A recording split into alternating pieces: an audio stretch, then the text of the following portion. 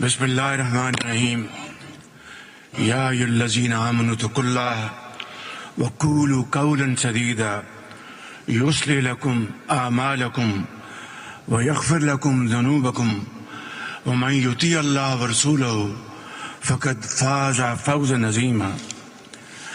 Excellencies, ladies and gentlemen, I would like to congratulate my very dear brother, President Ilham Aliyev, for organizing a wonderful event to understand the calamities which unfortunately some of the countries have already faced and some will if we do not act to counter those measures which are so important at this point in time to have conducive environment so that a country like Pakistan, which faced one of the most devastating floods out of climate change back in 2022, which left millions of people homeless.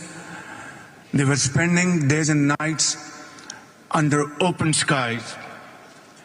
Millions of acres of land in Pakistan submerged, and standing crops were completely destroyed.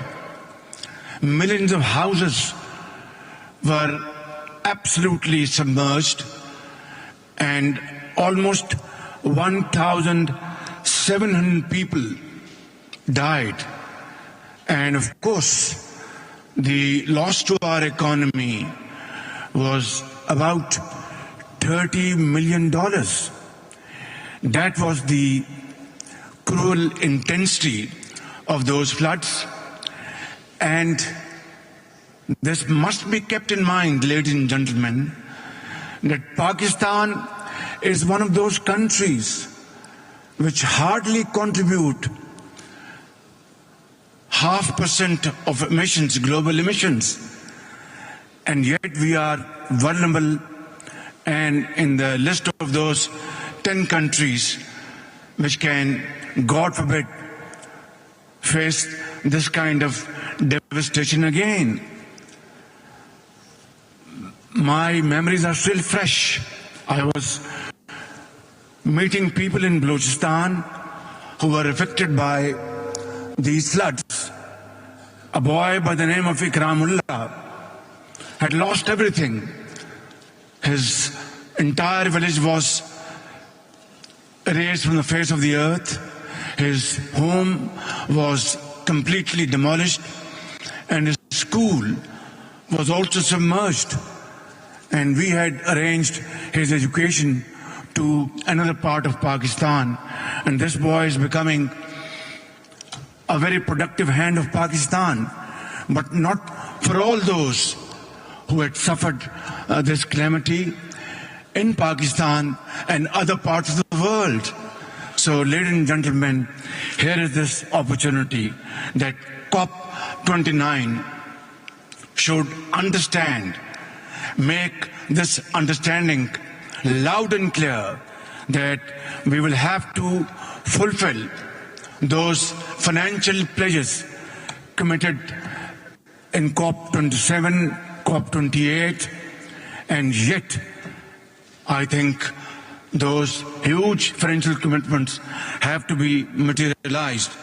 Ladies and gentlemen, we would also like to raise this point that 10 years ago in Paris, we had failed to stop the rise in emissions and catastrophic global warming. And those pledges in Paris 10 years ago, which were made, have yet to see the light of the day. Ladies and gentlemen, as the -1 emitters we should not brave the impact of emissions realized by others without even the tools to finance resilience.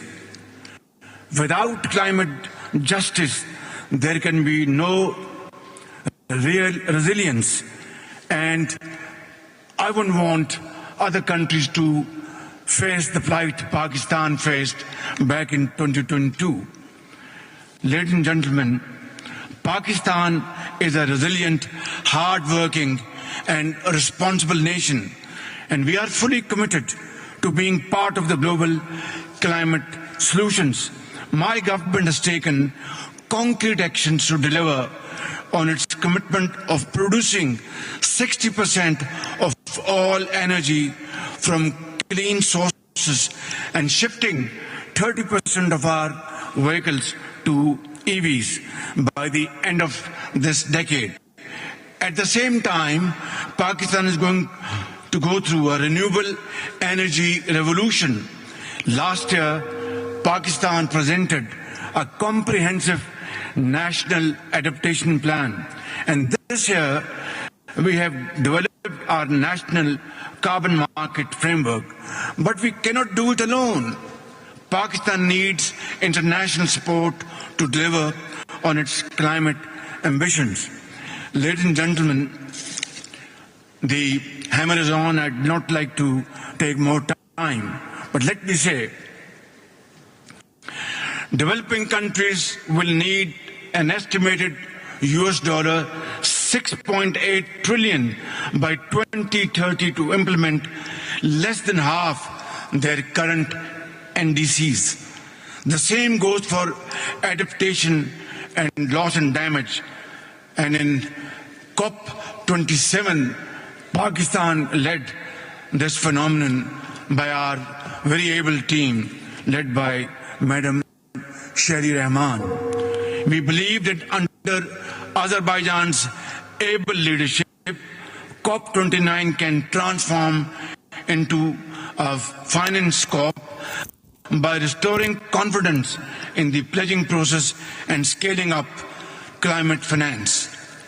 I strongly feel that climate finance must be grant-based and not add to the debt burden of vulnerable developing countries.